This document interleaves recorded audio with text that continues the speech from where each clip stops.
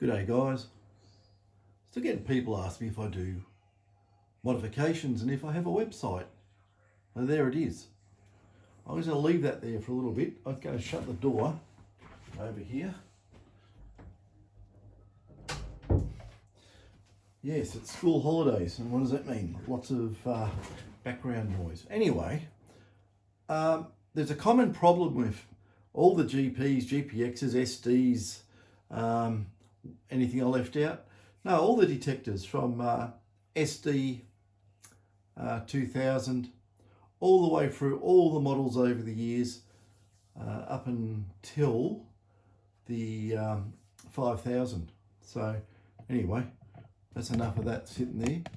Hope everyone can see that. That's what we do. Okay. So I'll wind this back down.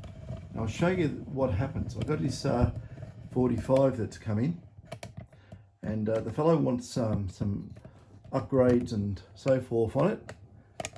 Whoopsie, I'm probably, there we go, I'll do that. That might be a bit better. Yeah, I've got the name folded down at the moment, so I'm not going to show everybody his name and address details, which is fair. Okay, what I'm going to do, we're going to turn this on, and this is very common. I'll better turn the amplifier on. Or was the detector on, the amplifier off? One or the other. Oh, there we go. The detector was already on. Funny about that. Okay, so it's a 4500, and it's going to sit there and burble away. I've got most of the test equipment off, as you can see. I've turned everything off. I've just got a couple of lights on. I've turned off the battery chargers up there because the 4500 will have a hernia with all that equipment on. But anyway, there it is.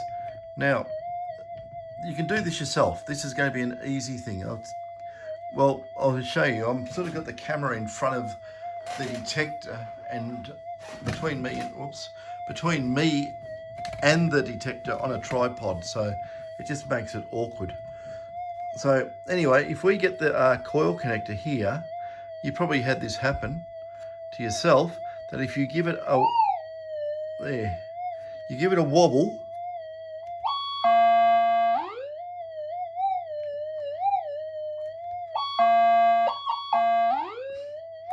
you get,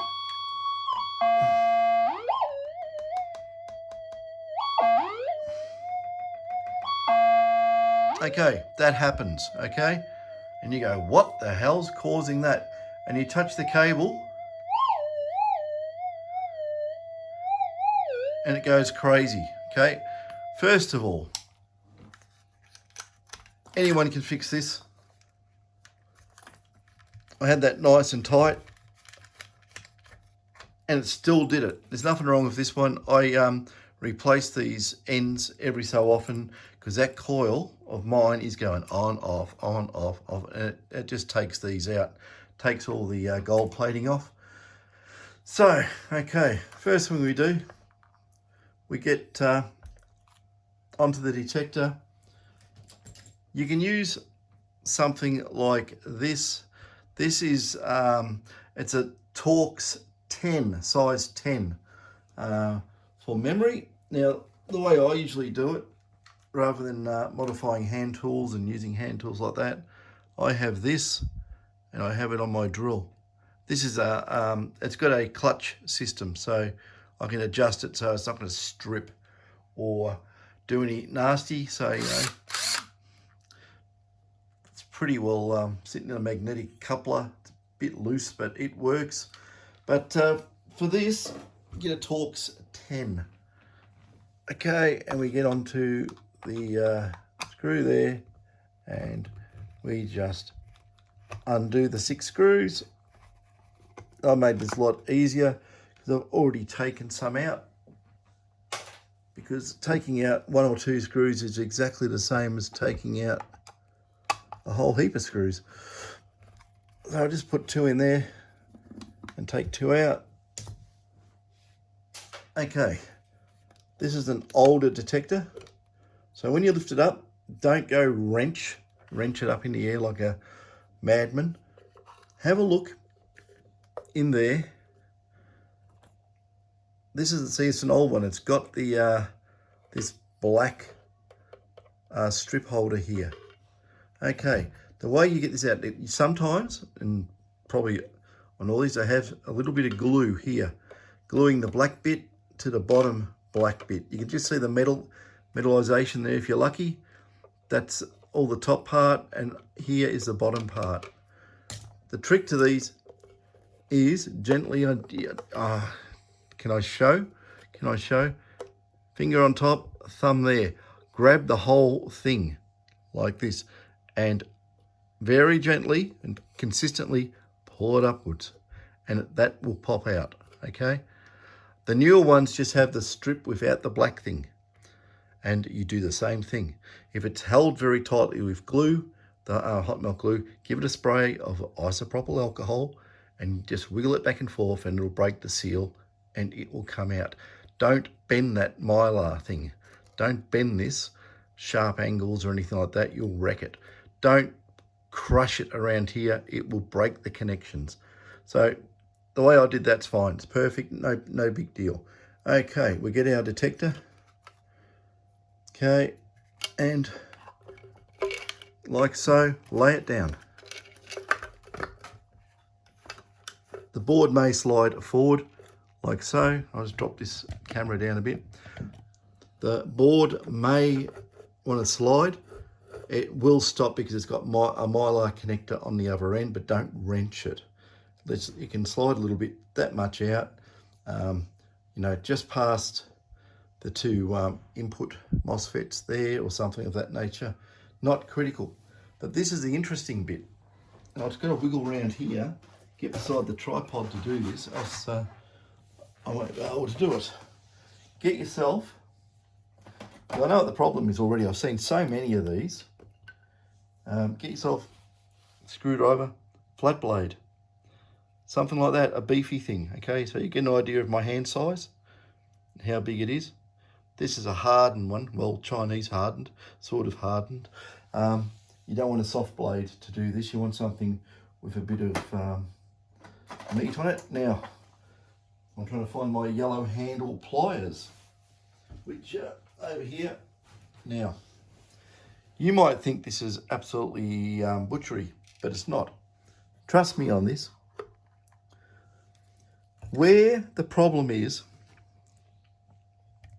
I'll just zoom in a bit so I can show exactly where it is. Wiggle this around. Oh dear, I've got to loosen everything off every time I move this. Okay. The thing we're attacking is the coil socket here. Always check the wires on this. Look at this. These ones, the low current wires, the receive input and the receive ground, have been twisted together on this one. So, yeah, never seen that before. But someone did that. Probably adds extra capacitance between the windings and makes it less sensitive. Oops. Anyway, what we do, we get that screwdriver on. Now notice also, we get on the rim, but also I'm on this silicon rubber mat and it's got carpet under it. I wouldn't do this on a really hard surface because you really want to, you don't need much force. Anyway, what happens here, this plastic thing here is wobbling in the holder, right? And no matter how tight you do it up, it's not going to do anything about the plastic sitting in the metal retaining holder or the socket body. So very carefully put it on the metal edge. Hope you can see that. I probably may have to zoom in a bit more. Okay, metal edge like so. Get your pliers. Look at those. They've had an accident about 25 years ago. But anyway, put it there on top of the screwdriver. Bang, right? And if you look very carefully, I don't know if you can see it, I'll put a little dent right there, right at the tip of the finger. Okay, do that in 4 quadrants. Around here, again, bang. Around there, bang. And very carefully here, see the mylar here is right next to it. You don't want to slip off and put the screwdriver through the mylar, right? So be very careful doing this, and I'll probably get my hand in the way of the camera because I want to actually do it. I've got to get on that like a leaning angle so it doesn't slip off, and just go bang. Okay, so that coil connector hopefully is fixed. The way to do it is just, yeah, I can't wobble that at all now. That is locked in solid. Nothing wrong with that. The other thing to do on these two, I've mentioned many a time, get yourself a cotton bud, and make sure you get a cotton bud with a cardboard tube, right? Because it is illegal to have plastic tube cotton buds. Okay, that's a cardboard one. All right, just mucking around there. Now what you do, methylated spirits, or our good old isopropyl alcohol, right? You can actually just spray it in there. If you want to be a bit funny like me, put a few drips in there. Get this bizzo here, this cotton bud thing, stick it between the pins and the body, twist. Again, same, all the way around.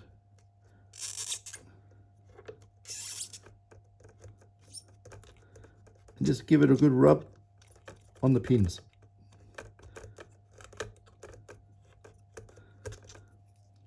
It's actually fairly clean. Normally they come out with tons of dark bits of metal that have been scraped off and mixed with all sorts. That's very clean. It's one of the cleanest ones I've seen actually. And anyway, that's what you do there. This is how you fix it. Now, get this, bring it round, and a good idea, damn it, it's got customer details on the other side as well. Oh, dear me. Okay. Yeah, I really got to, well, I'll do this. I'll do it this way. This will probably fix that problem. Pull the board out a little bit, and you can probably see down there, it's the back mylar. Don't stretch it and pull it out. Get this, make sure you got the pins lined up, like so. Don't put one off, don't do that, right? People have done that, I'm not joking, and turn the detector on, it doesn't work. Okay, get that, and just pull that back down, and it's on there snug. You can see the little metal things there. That doesn't mean it's not connected, that's just so you can see it. It won't go any further. Okay, back in. Make sure there's no wires or anything pinched, and nice little wiggle. Make sure it settles down, and that now, I can zoom out again, can't I? Okay. Now I'll just put I'll put a couple of screws back in this. Make sure the rubber O-ring is sitting properly, which should not be a problem. Just make sure the silver foil, alfoil, aluminium foil as a bit of a EMI shield on the front plastic cover is in place. Now let's get a couple of screws out of here. Get everything else has fallen in here off the bench. For the time being, let's put a couple of screws in it. So get those, get that. Okay, loosen that off again. And what I'll do this time, I'll use the drill, okay? I use my drill. Make sure it's on the do up setting, and on here I put it on about 3 on the stop stripping the screw setting. It's basically it's a click clutch anyway, so nice and slow. So you can't over tighten. It's impossible to over tighten.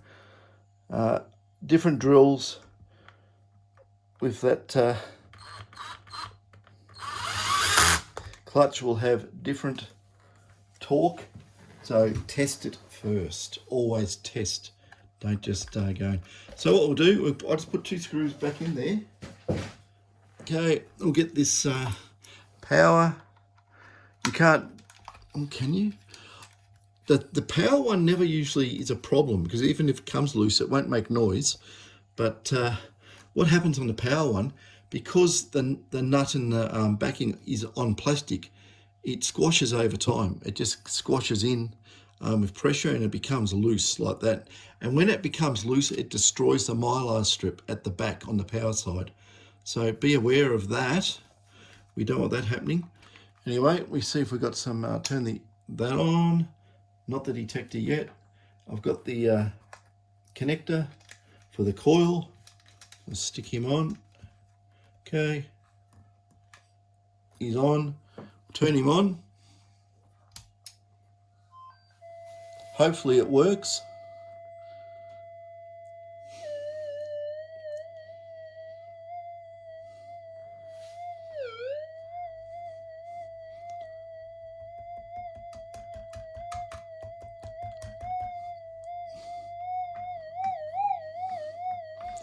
I'm wiggling the whole cable making that noise.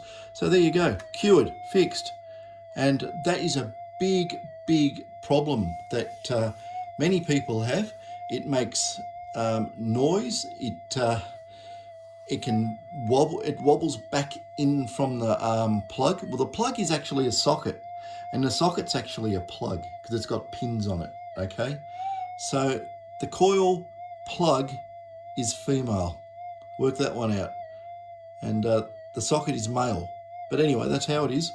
And what happens is that this can, if the socket pins move back, you don't have enough surface area on the connection on the front, right? So it'll sit there and, go crazy. There you go. Cured, fixed. That I've seen that problem on 90% of these detectors, okay? So if you ever want to do it, just undo the 6 screws, Torx number 10, and carefully lift the mylar vertically up from where its mount is, in the same plane as the mount, right? Which means you move it this way. Don't pull it that way or that way. It goes that way. There's still electrical interference going on in the place. But as you can hear, that detector's a lot quieter than what it was. I'll turn this full bore.